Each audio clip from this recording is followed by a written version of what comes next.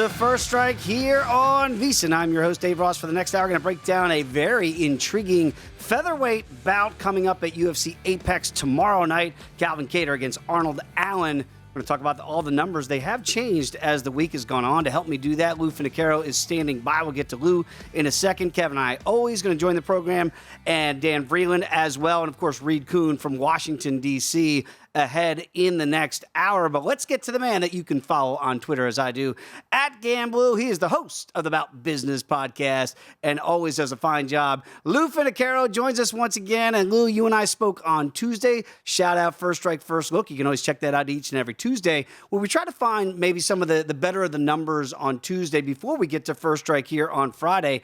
You and I talked then about the changing lines here between Allen and Calvin Kattar. They're kind of on the move again.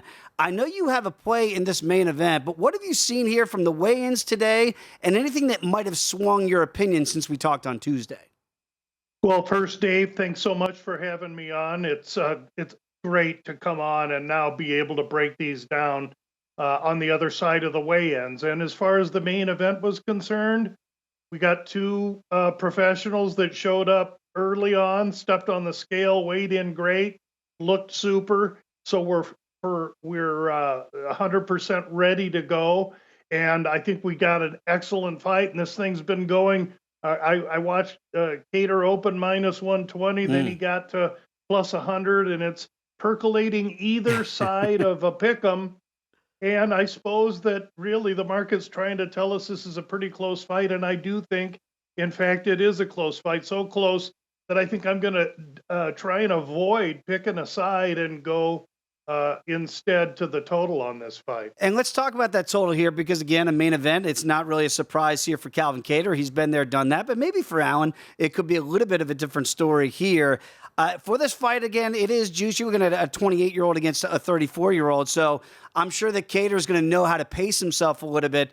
What do you make of Allen in this spot at 18-1? We know he's got the pedigree, but so does Kattar here. Do you think this fight potentially can go to the cards and see all 5 rounds? I really do. I look at the Allen side, and I'm not so certain with his body of work, even though he had a devastating knockout of Dan Hooker in his last fight. That was a Hooker that's been fighting at 55, is about to fight next week or so at 55, but he had dropped to 145 to try and resuscitate himself. He sucked himself dry, had nothing in the fight while Allen looked great. I can't give him a normal amount of power. He's fast. He does pack a little heavier punch than Kattar, but I don't see him taking Kattar out. In fact, I think it's going to be the fact that he's fresher and maybe firing a little quicker than Kattar that allows him to use movement and that quickness to get this fight to, in fact, go over the 4.5 rounds. And I'm actually going to take the thing to go to decision. And by the way, you got the better of the number at minus $1.15.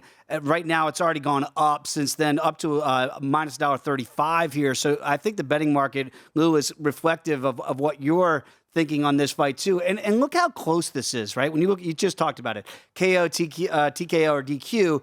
4-1 for Arnold. For Calvin, it's plus 350. So, yes, sub might be a bit of a longer shot for Kattar there at 16-1 versus Allen at 7-1. But decision, you normally don't see this, Lou, plus 225 either way. So as you mentioned here, this feels about as even as you're going to get in a recent main event that we've seen. Not only that, if you are thinking about a side, why then wouldn't you take one of those sides via decision? Now, as soon as I say that, one of these guys is going to finish the other. But I'm reading it just exactly like you are on a fight line to go over. Why not choose your fighter to win via decision and take that juicy plus 225? Absolutely. And then you can kind of rest easy and just hope that that goes deep into the apex here in Las Vegas. Let's get to another fight that I know you like on this. And I always say there's no country for old men. Andrei Arlovski is kind of defying that rule, right? He's still fighting effectively now. I mean, we're talking about a champion, 20 years ago here in the heavyweight division, now going to go out against a youngster, or younger than him at least, in Marcus Rogerio de Lima here. What do you make of Arlovski, a solid underdog here? He's not the same pit bull that we used to see knocking guys out. He's become more of a decision fighter, but to his credit, that shows that he can go with some of these younger guys. Now, DeLima here is 37, so he's not exactly a spring chicken here. Do you think that the Pitbull is a live dog here?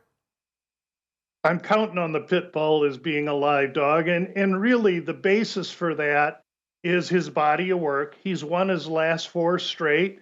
The last 4 fighters he's fought have not been top 5 caliber.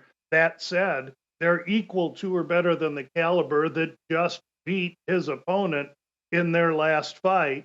So Rogerio de Lima has got 4 minutes of furious pace, profuse power, and dynamic explosion.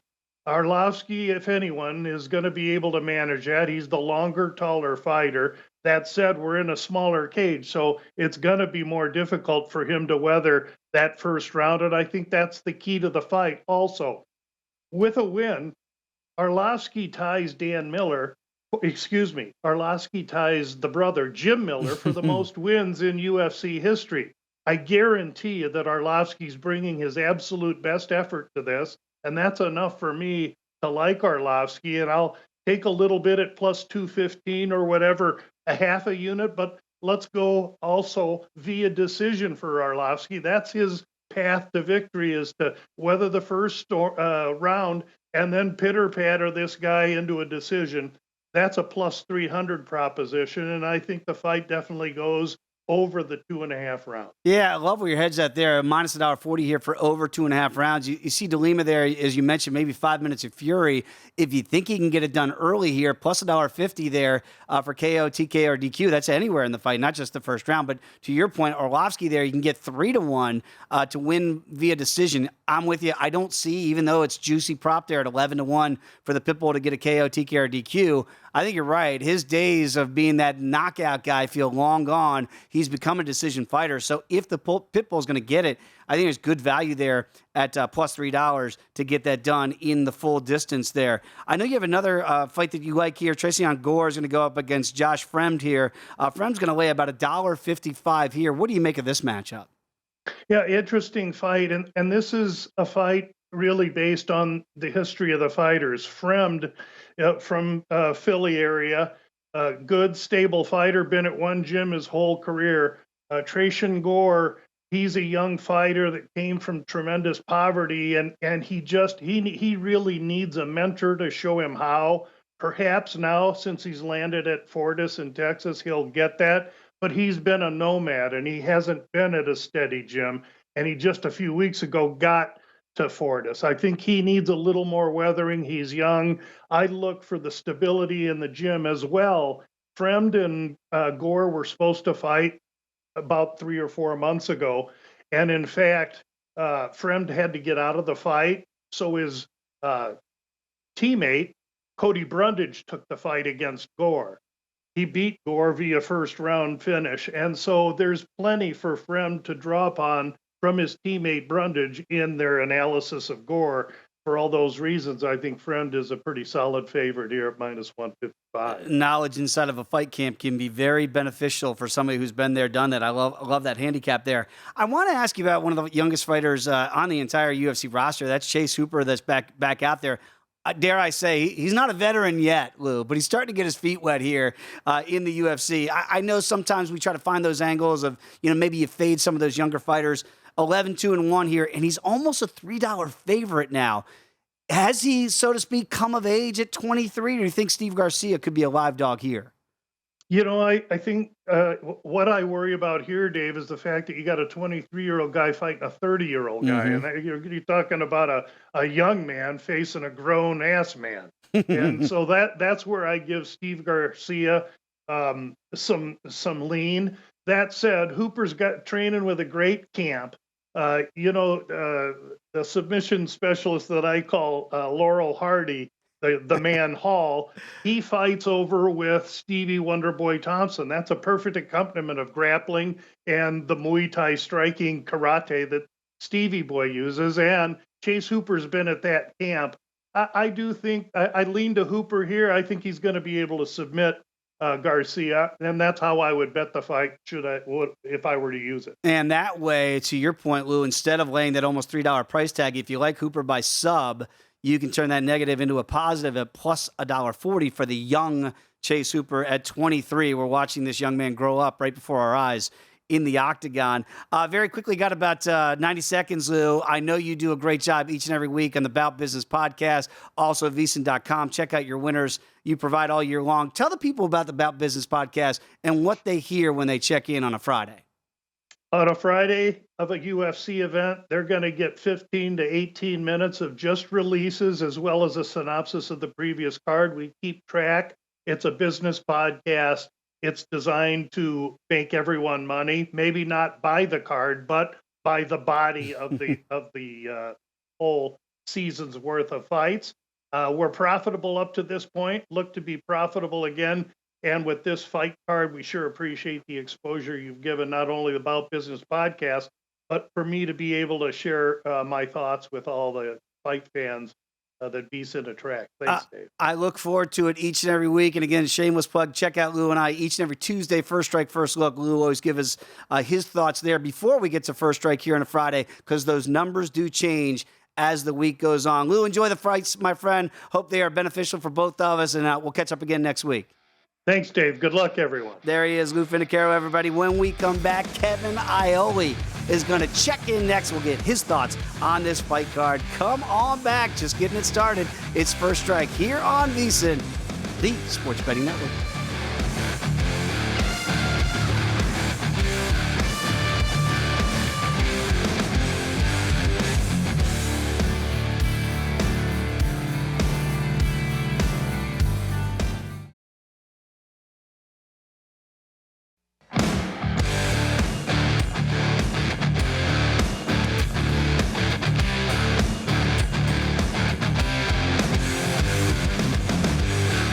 DraftKings Sportsbook is giving you plenty of ways to bet the UFC. Just download the DraftKings Sportsbook app. You're going to be able to bet on more than just the main event. DraftKings has great odds on fight lines, total rounds, and futures for MMA events.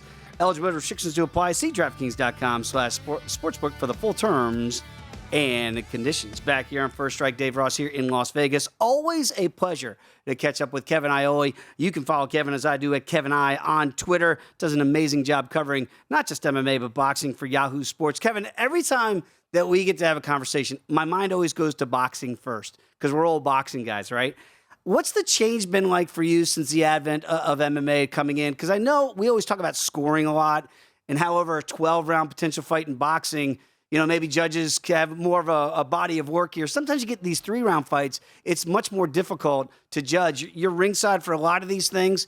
Have you noticed that the judges, are they getting more consistent in your eyes in MMA, or is it still kind of maybe a body of work still in progress?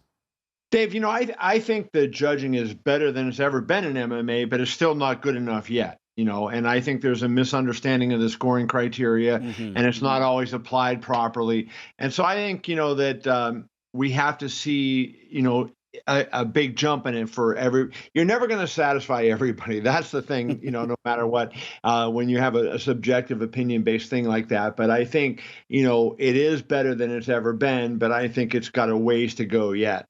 Yeah, and I always, you know, whenever they go to the cards, I always say hold your breath no matter which side you're on, because sometimes it's 3 people sitting octagon side. You do a great job of scoring it as well as you're in fight progress, and I always see your tweets up there during the fights, which is pretty darn cool. I trust your opinion sometimes more than I do the judges. Let's get to Kevin Kattar against Arnold Allen here in the main event. And again, this number has moved kind of each way as the week goes on, and I think what we've seen is this feels like on paper, Kevin, a very close fight. I don't want to say a coin flip, but it does feel like these guys are equally matched. What are you seeing here in this main event here on Saturday night at Apex?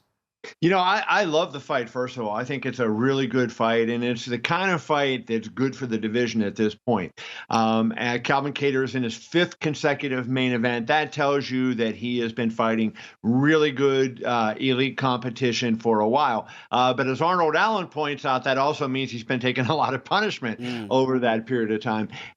My big play on this one, I think this goes the distance, Dave. I think this is one where both guys are going to be hurt. Both guys are going to be in trouble. A lot like the Josh Emmett fight with Calvin Kattar last time on. But I think Arnold Allen is the guy on the rise here. I think he has a more varied attack offensively. They're both strikers, but I like Allen in the fight to win the fight. I'll lay the money on Arnold Allen. I think I saw it was $1.15. The last price was what I saw. But my main play is going to be this fight going the full 5 rounds. And again, without picking a winner, just going the distance here, minus $1.35. If you like Allen a little bit in this fight, by decision is plus 225. So a small favorite, as we mentioned. Is that enticing? Is that price point there? Do you think an accurate one if you like Allen by decision? It is. You're talking about, the 5th or 6th ranked fighter in the world, and you're getting him at plus money like that. I mean, to me, that's a really good number to get him at. And I like him to win the fight outright. So I think it's going to be a dogfight, and I'm going to be holding my breath throughout the fight, right, for what happens. But I do think Allen wins this. So I think if you like that, what is it, plus 220? Yeah, plus 225. 225, yeah. So I think Allen by decision, that's a good play. Very quickly, just the style of fights, because again, we always talk about it in comparisons with boxing. Some guys want to go deeper into a fight. Other guys might want to try to get it done quicker. We've mentioned how Kattar has taken some punishment and some damage in some of these potential 5-round main events. Which guy do you think would want to pace himself more? Do you think the younger fighter in Allen might want to attack the older fighter by 6 years, 34 years of age for Kattar, 28 for Allen? Yeah, no, I mean, I think, Kattar has shown he can go 5 rounds, but I think, that he's taken, as I said, the punishment, the Max Holloway fight, the Josh Emmett fight. There's been a lot of punishment doled out. All these fights, get Chikadze, so I think if Allen can push the pace a little bit, he might feel like, he can stop Kattar, given what's happened to Kattar in the past. I think Cater's one of those New England tough guys that you don't stop, so I see this one going, but I think if Allen may feel that way. Yeah, training there with Rob Font and those guys up there. They got some tough dudes up there from New England. Let's get to Max Griffin against Tim Means here. Speaking of guys that know their way around the octagon, that's for sure here. You think about Means and, a little bit older. Max is no spring chicken here. How do you see this co-main event going here between two guys, 38 for Means and 36 here for Griffin? I like Griffin in the fight, and I'll tell you why. I think, that a couple of years ago, I would have definitely taken Tim Means to win this fight. But I think, Griffin has finally kind of figured it out. Now he's sort of, at the back end of his UFC run. But what has he won now? Several, I think 3 in a row. And starting to look, he lost the fight to Neil Magny, but he's looked good otherwise.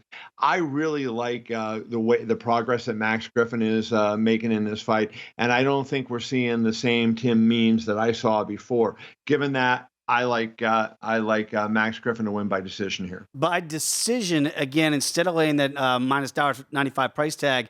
If you're picking up what Kevin's putting down, you can get that at a small plus price here, plus $1.50. Max Griffin in that potential 3-round scrap against Tim Means. Because you're right, Kevin. And boy, Tim Means is as tough as they come. So I might be able to withstand that fury and get to the cards, but it might not be favorable once it gets there. What about Khalil Roundtree, one of the best mustaches we've seen in the UFC? And he can also fight pretty darn good, too, against Dustin Jacoby here. What do you make of this matchup? Well, I'll tell you what, Jacoby is a totally different fighter since coming off the Contender Series. He had his first stint in the UFC. I think he was 1-2. We went to Bellator, didn't do much, lost in the World Series of Fighting, kind of was on the regional circuit, didn't do much. But now he went through the Contender Series. He's 8-0 with 1 no contest in his last 9 fights, and in the UFC 6-0 with that 1 no contest. He has really turned it around. But you got Khalil Roundtree, who has unbelievable power. He can stop anybody at any time. I like Roundtree to finish this fight. I'll tell you what, I think it's an upset, but I like Roundtree by finish here. I think he catches Tim Means with something. Yeah, and that's the thing with Khalil, right?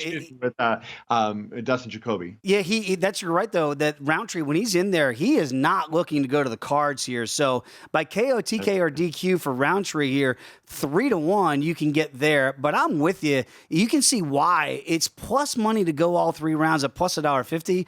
I see it the same way you do here. I think somebody's going out, and this might be one of those don't blink type fights here from the big boys at 205 pounds. I'm always intrigued by the older guys, Kevin. I will say, we're not trying to be, we try to be impartial when it comes to money, but it's hard not to root for Andrei Arlovski, still getting it done for a former heavyweight champion way back in the day and still fighting here, 43 years young, and really has changed his whole style, right? So it used to be, the Pitbull is going to go out there and try to finish you. Now he's kind of become more of a decision fighter here. A point fighter, yeah. Yeah, right. Against De Lima here. Is this another fight that Arlovski can outpoint his 6-year younger opponent? Yeah, I think De Lima is too inconsistent to beat a guy like Arlovski. That's how I look at it. De Lima has high highs and low lows. And I think Arlovski is a guy that's pretty consistent. You know what you're going to get out of him. He's got that good jab. He's got good kicks. I think you'll see him, kind of creating some offense. And he has that ability to weather the storm. We've seen him in some fights where you go, holy hell, he's out. And then he weathers the storm and he comes back for the next round.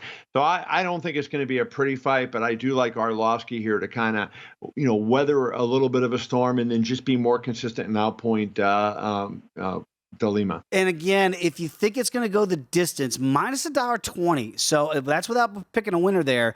And if you do like the Pitbull here to win via decision, you can really increase that price point here to 3-1 here at plus $3 for the Pitbull to get that done. It is amazing, Kevin, to see him kind of have this rebirth in the UFC. I know it's not top flight competition. There's no way Arlovski's eyeing another title run, right? No, he knows he's not there. But, he's still a good enough athlete, Dave, that, he can beat these other guys with smarts and athletic ability, right? He still has good movement. He doesn't punch like he once did because, you have to have that explosion and turn, and he doesn't have that anymore. But he's still, he's 250 pounds, so he still hits hard, and he's got those good feet, and he's a smart fighter in the ring. That's a tough guy to beat. It really is. So it's interesting to watch the old guy in there at 43. Very quickly, before I let you go, speaking of age differences, Chase Hooper, I'm always fascinated by watching this 23-year-old go up there against grown men. He's going to do it again against Steve Garcia, 30 years old here. What do you make of watching a guy kind of grow up inside the octagon here? At first, I thought, boy, this kid looks like he's in high school. To you, does he now belong? Has he earned those stripes in the UFC? Well, I think we're going to see in these next 2 or 3 fights with Hooper, he came in because of his age with a lot of hype. A lot of people were touting him as, a potential future champion, a guy that, was going to do some damage. And he started off good, and then you saw him kind of being, and he hasn't been. He's 23 years old now. He's kind of a peak athlete. This is 23 to 26 are your peak years. I think this is when he has to start doing some damage. I like him in this fight, but, I don't have a lot of faith in him, because he's been up and down so much that I wouldn't play him because I'm just a little worried about him. Yeah, I just couldn't imagine being locked inside of a cage at the age of 23. Kevin, it's always great to talk to you, my friend. Again, does a great job at Yahoo Sports. Follow him on Twitter as I do, at Kevin I. Enjoy the fights. When we come back, Dan Vreeland next here on VSiN, the Sports Betting Network.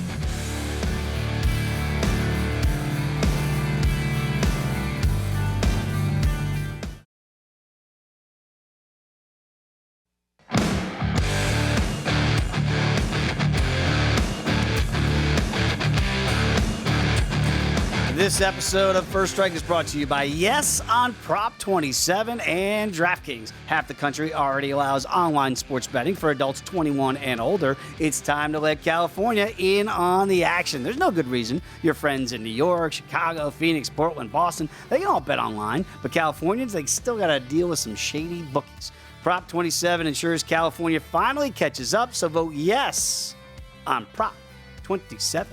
Back here on First Strike, Dave Ross here with you. Always a pleasure to catch up with Dan Vreeland, writer at the Sports Gambling Podcast and Cage Side Press, and host of Top Turtle Pod and MMA Gambling Podcast. Dan is a very busy man. Great to have you back in the program, my friend.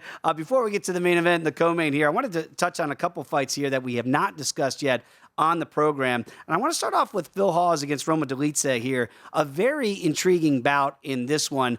What do you make of this matchup here? And it feels like it really has a potential to be a sneaky, one of the best fights that nobody's talking about a lot. I agree with you entirely. I think this is a sneaky good fight, and I think you're going to see wildly different potential outcomes. I think this is a really hard fight to handicap in that, Phil Hawes is very physically strong, and we've seen him look really dominant in certain performances. But we've also seen performances where he's been held up against the cage and it's drained a ton out of him. We've seen him get cornered up against the cage. Like the fight that sticks out to me is when he was on Contender Series against Julian Marquez. He got worn down, he got put up against the cage, and then he ate a head kick and went out. Even in that Nassourdine Imavov fight, which he wound up winning, he looked like he was trailing off towards the end because of the wear and tear that, Imavov put on him. For that reason, I actually like the money line here on Roman Dolidze because Dolidze is a guy who, and we just saw it in his last fight, right? Who's better up against the cage right now than somebody like Roman Dolidze? He landed a knee to the belly of Kyle Dawkins, put Kyle Dawkins away that way. He's a guy who leans on you. He's a guy who wears on you. His cardio isn't awful. I mean, it's not, the best in the world, but who's at middleweight has got the best cardio in the world. So he's a guy who does a good job maintaining his gas tank, and he's got crazy good power. So for a guy like Hawes, who, first of all, is at a physical discrepancy, I don't know if you saw the weigh-in pictures. He's much smaller than Dolidze. For a guy who's going to be in the clinch, because he's got that aggression. He winds up in the clinch. He winds up in wrestling exchanges that don't work out. I don't like the idea of him being in there with Dolidze all the time, who finishes people in that spot. So, yeah, I like the money line on Dolidze. And, hey, it's really not worth, sprinkling in a little bit on KO at plus 450 if you do think he's going to finish him too. Yeah, that's exactly where my head was going too, because again, you look at the sub props here, really kind of longer shots here, 8-1 for Hawes, 10-1 for Roman here. But yeah, Roman at plus 450 for the KO, TKO, or DQ for, a guy that can gas. And Hawes, as you mentioned, if this turns into a clinch fight, he might have some opportunities to get him out there. Let's talk about another fight yet that I have not brought up yet on the program, so I want to get your thoughts on it. And that's Joseph Holmes against young Park here. And you look at Park here, he's over a $2 betting favorite against Holmes. Is this a live dog scenario, or do you think this is priced accordingly? Well, I want to start off by saying I love Ugly Man Joe Holmes. I think he's got a ton of potential in the sport. I've seen some really impressive things out of him, particularly in his grappling, that made me a big fan of him. The problem is the only times we've seen him look particularly bad is when somebody can physically put it on him, right? We saw Jamie Pickett, a guy who I don't actually hold in all that high esteem in Jamie Pickett. They were about to feed him to Bo Nickel, right? Like that's how the UFC feels about him. And he put it on Joe Holmes because he's bigger, he's stronger, and he understands pressure. And the thing is he's now facing a guy in Jung Young Park who I actually think is better at all of those things. Jung Young Park brings it to people. He gets in the clinch. We've seen him work really well with trips. We've seen him work really well with cage work, to the point where, apart from the fact that Gregory Rodriguez knocked him out, he was getting the better in a lot of those in the clinch exchanges. So I just think he's a really terrible matchup for Joe Holmes, despite the fact that I like where Joe Holmes is at in his trajectory. I'm not really loving the dog money here, and I actually think Jung Young Park probably gets it done. And maybe could be a popular play in some parlay selections here if you don't want to stand alone at that over $2 betting favorite. I want to get to the young and the old of it on this card because I'll be the first one to admit it. I'm fascinated by Chase Hooper. Just watching this kid again kind of grow up right before our eyes. Now he's an old man at 23. He's going to take on Garcia here. Steve's 30 years young. What do you make of Hooper and what you've seen? Is he now, in your eyes, a guy that is a justifiable, almost $3 betting favorite? He's not. And the bottom line is the reason he's not at this point in time is I just don't believe in his wrestling yet, right? His jiu-jitsu is through the roof good. We've seen him bust out heel hooks and triangles and arm bars and whatever. If you watch his regional career, he's used every submission and every single transition you could possibly imagine a guy with good grappling could use. But the problem is I just don't have any faith that he can get it there. And against a guy in Steve Garcia, low-key, people forget how good of a wrestler Steve Garcia is. Steve Garcia has never been taken down in the UFC. Oh. Never been taken down in the UFC. So if this fight takes place on the feet, he's one of those guys that Steve Garcia doesn't actually have a huge reach advantage over, and he actually doesn't have a height advantage over. No. So, when you look at a guy in Chase Hooper, you're like, well, he's great on the ground, and at least he's lanky, so he'll be able to kind of outpoint people there. He's not even lankier than Steve Garcia, and I don't think he's got a wrestling advantage. So those are two huge flags for me. I'm definitely not in on the Hooper money line, and I'm going to be honest. I'm almost tempted by that plus 245 we're seeing on Steve Garcia too. Well, I'll tell you this too, Dan. Great point, because when he's going to be looking in a mirror, normally Hooper's going to have the height and reach advantage. He's not really going to have that against Garcia. Very slight, if at all. And how about this for a line discrepancy? So he's almost a $3 betting favorite just to win the fight at minus 295. But look at the KO, TKO, and DQ props for each guy. It's plus 450 for Hooper, the huge favorite. It's plus $5 for Garcia. So you're almost getting the same value here. That should tell you everything you need to know, that they think, hey, if this thing stays standing, it's more of a coin flip versus a $3 favorite. 100%. And I think it's less than that, too, because we've seen Steve Garcia throw some big hands. You know, I know he comes out of that Jackson Winklejohn camp, so he's got the kickboxing training that, you know, everybody's expecting him to have. I think he's more likely to knock Chase Hooper out than Chase is to knock him out. Yeah.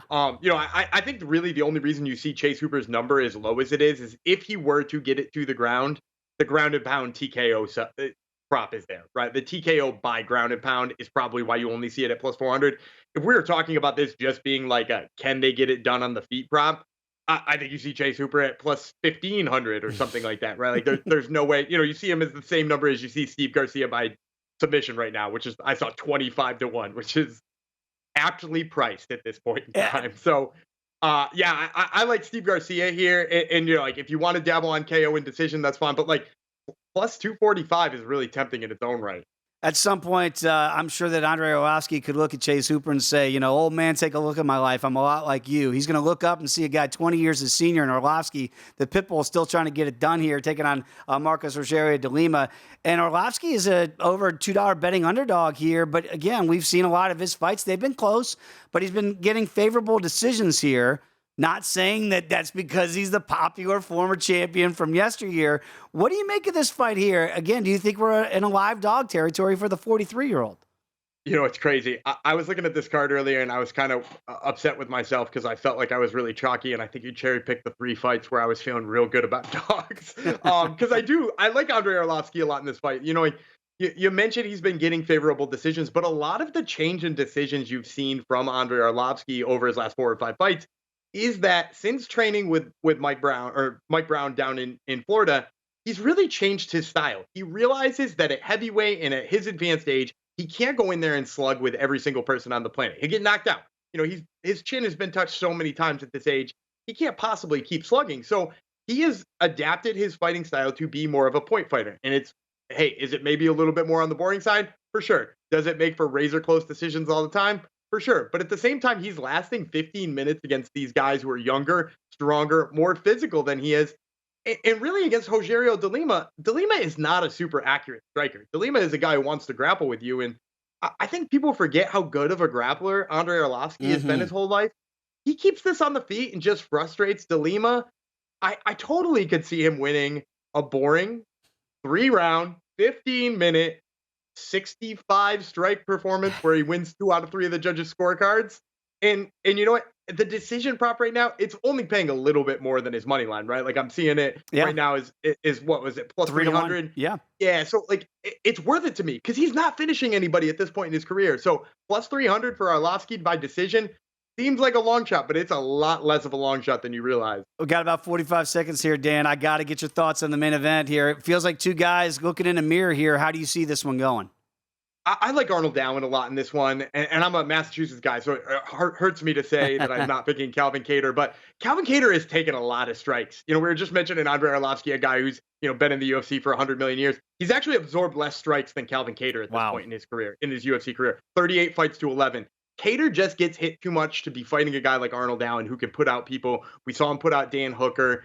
And yeah, Kattar's definitely got the durability, but I just don't see it happening here with Arnold Allen. Yeah, that's going to be, you're right, because you never know the next fight, how much damage you've taken in all those main events that Kattar's been in. That should be a heck of a main event. Dan, always appreciate the time and the conversation, my friend. Enjoy the fights. Thanks for having me. There he is, everybody. Dan Vreeland. When we come back, we're going to Washington, D.C. Going to catch up with Reed Kuhn and get his thoughts and what the numbers are telling him. Come on back. It's First Strike here on VSiN, the Sports Betting Network.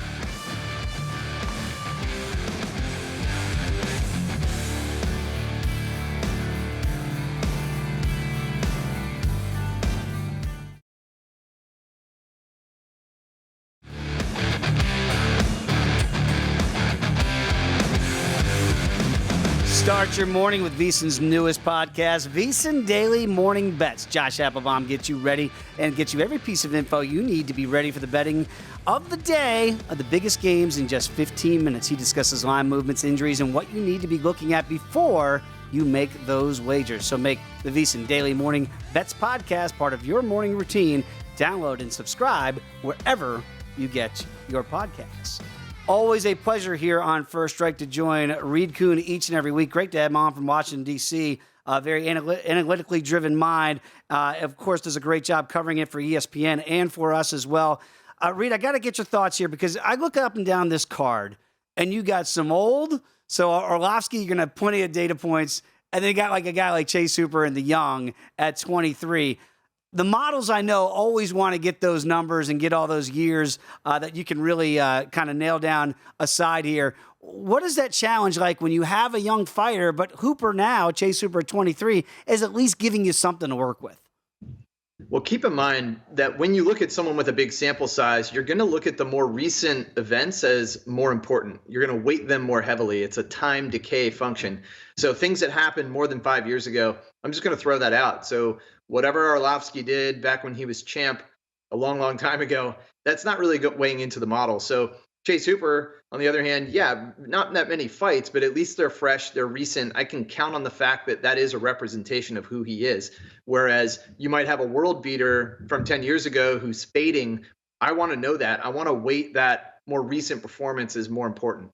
So before we get to that main event, then let's start right there. Let's start with the youngster in Chase Hooper, 23 years of age, going up against Steve Garcia, 30-year-old here. So what are the data points showing you? Because I look and I go, wow, Chase Hooper's already. We know the hype surrounded with this kid, almost a $3 betting favorite. Obviously, he wants to get this fight down to the ground, but Garcia's proficient in wrestling as well. What are the numbers showing? Is it too big of a favorite that your numbers are seeing with Hooper? So surprisingly, no. And I would urge a little bit of caution here because you talk about sample sizes. We're actually healthier on the Hooper side in terms of data than we are with Steve Garcia. Steve Garcia, only 23 minutes. I mean, yeah, he meets our threshold, but not by much. But you mentioned his wrestling. Yeah, that sticks out on paper. He is attempting a lot of takedowns. He's converting them above average, and he's weighing people down. But Chase Hooper, not afraid to fight on the ground. He does have submissions. But now let's look at the standing metrics. What's interesting is that both guys are fairly accurate. Both guys are fairly busy. But Steve Garcia has been dropped multiple times in consecutive fights. He has 4 knockdowns just in his last 2 fights, and that's received. He's never actually knocked someone down, whereas Chase Hooper does have some finishes. Yeah, he's been dropped once, but both accurate guys, like when these guys sling, they are going to be landing. And it's a question of who can take those shots better and who's going to deliver a little bit more power. I think Hooper has the advantage here. And that soft defense on both sides is going to turn into kind of a barn burner. That's really interesting, Reed, because, again, you see this sometimes, right, with two guys that want to normally go down to the mat. You kind of get those wrestlers. I'm thinking of like, Colby Covington against Kamaru Usman. Obviously, these guys not as big, but sometimes those wrestlers, it turns into a slugfest, right? Because they almost cancel each other out with what they're trying to do to get the fight down to the ground. Yeah, and if you have someone who just wants to be an offensive wrestler, not necessarily a grappler, a submission guy, Hooper has submissions. Garcia has top control. So that's also a similar like risk area. Maybe a wrestler thinks, well, wait a minute, I don't want to go dive into the guard of Nate Diaz, for example, even if he's willing to let me go there. So sometimes you end up keeping it on your feet. But yeah, it's so interesting. These two guys have some of the worst head strike defense on this entire card, and they're pitted against each other, and they're actually pretty good with their offensive accuracy. So you will see some punches land. Well, I didn't think that might be the barn burner of the night, but what the numbers are showing, Reed, that's fascinating breakdown there. Let's get to the old of it, and the old man, Andre Arlovsky here, 43 years young. It's not that, Marcos Rogerio de Lima is no spring chicken in his own right here. We talked a lot about it, and it's no secret now. Arlovsky, as you mentioned, the data points, the old pit bull when he was champion, he's knocking guys out. That's not what the new 2.0 Andre Arlovsky is doing. So tell us how you do separate some of those old stats from years gone by versus what you've seen in the most recent version of Arlovsky.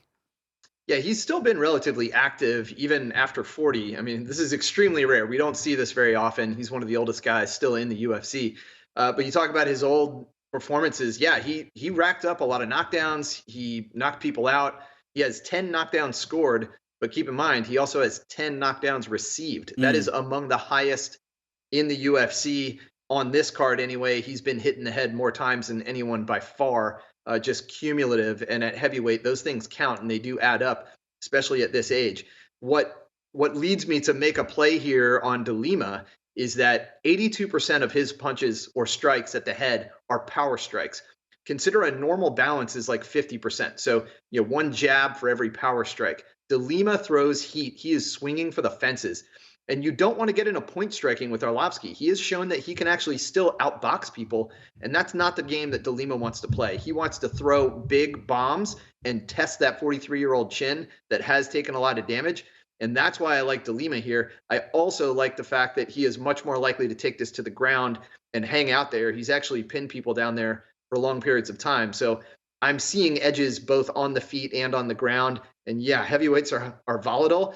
You can't really bank on anything, but even De Lima as a favorite, I'm willing to lay that juice. And very quickly, Reed, to that point, if this fight does get down to the ground for De Lima, you see the long shot there of the sub at 9-1. Obviously, you can hurt a guy and maybe sink it a choke. It might not be your game plan before the fight begins.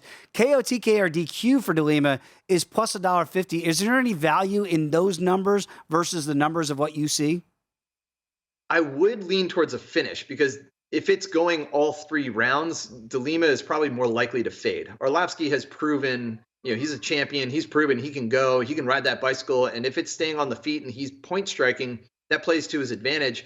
If you're trying to play both sides here, it's either Arlovsky by decision or it's De Lima by finish. That's how I see this playing out. In terms of those props, they're definitely interesting. I don't know what I would assign to the submission probability for De Lima. If he does get it down, that's certainly a threat, but Arlovsky is also very experienced. Yeah. And when you think about how older fighters tend to do, they do worse with age because of the knockouts. It's not because of submissions. They actually don't get submitted more often. With age, you get experience, you learn all those tricks.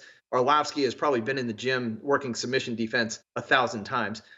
So it's an interesting prop. It better pay out big, because it would be unusual for Arlovsky to get submitted. 9-1 if you think De Lima can do what Reed's numbers point to as a long shot, and it's being reflected there in the betting market. Let's get to the main event here with Arnold Allen against Calvin Kattar. This number has moved a little bit as the week has gone on. Kattar opened up as a favorite, went to a dog. It's been kind of back and forth here. 34 against 28. We know both these guys, Kattar is no stranger to 5-round main events. Maybe more of a new thing for Arnold at 28. What are the numbers showing you here? Yeah, the performance metrics really stack up favorably for Arnold Allen. Now, I would argue that Kattar has probably had the stronger strength of schedule. And so you look at that fight with Max Holloway, that's gonna really hurt your stat line. You do some rounds with that guy, you're going to get punched up, and that could be dragging this down. But at least as it stands, Allen actually has the better metrics. So when I was looking this, as an almost coin flip, Allen maybe as a slight underdog, I was definitely paying attention to that. So I'm not too surprised that the line flipped. Kattar had probably more name recognition, but Allen has been sneaky good all along. And so now this is like a really fitting test for him to step up on a main event like this against Kattar. But yeah, he's the more accurate. He's the busier striker. He's got better defense. Kattar has been pieced up a bit. And on the ground, Allen is more aggressive with the wrestling. So there's enough advantages here with such a tight betting line. I'm going to give Allen much more than a coin flip chance. And I would even pay a little bit of juice for him. Not much, though. Got about a minute to go here with Reed Kuhn. You can follow him on Twitter as I do at Fightnomics, the author of a book of the same name. Let's get to the co-main here. Max Griffin, almost a $2 betting favorite against Tim Means. Is that priced accordingly with the numbers? And I know you got plenty of them on these two veterans. Yeah, lots of sample size here. They've both been around a while. They've both faced good talent over the years. I think arguably Tim Means, some of the victories more recently were with fighters that were on their way out of the UFC. So maybe some padded stats there. But even with that, if you line them up in terms of performance metrics, you see like significant advantages for Max Griffin pretty much up and down the card. So you've got, he's bigger, well, at least rangier. He's slightly younger. He has much better knockdown power. So combined 16 knockdowns between them. but Max Griffin is doing them at a harder pace. Like, he's knocking people down on a per strike basis more. And so when you factor that in, and the fact that Tim Means is a little bit older and more damaged, second only to Arlovsky on this card, that does stack up favorably. Neither guy attempting a lot of takedowns, so this probably will be a striking match for a while, at least extended periods of time. And if that's the case, I'm going to go with the slightly higher performing guy. That's Max Griffin. Reed, always the best numbers, analytically driven. Appreciate your insight each and every week. Thanks to everybody for joining us, and also our producers, Matt Santos and Rob Moreno, doing a great job behind the glass. Enjoy the fights, everybody. We'll see you next week here in First Strike on VSiN, the Sports Betting Network.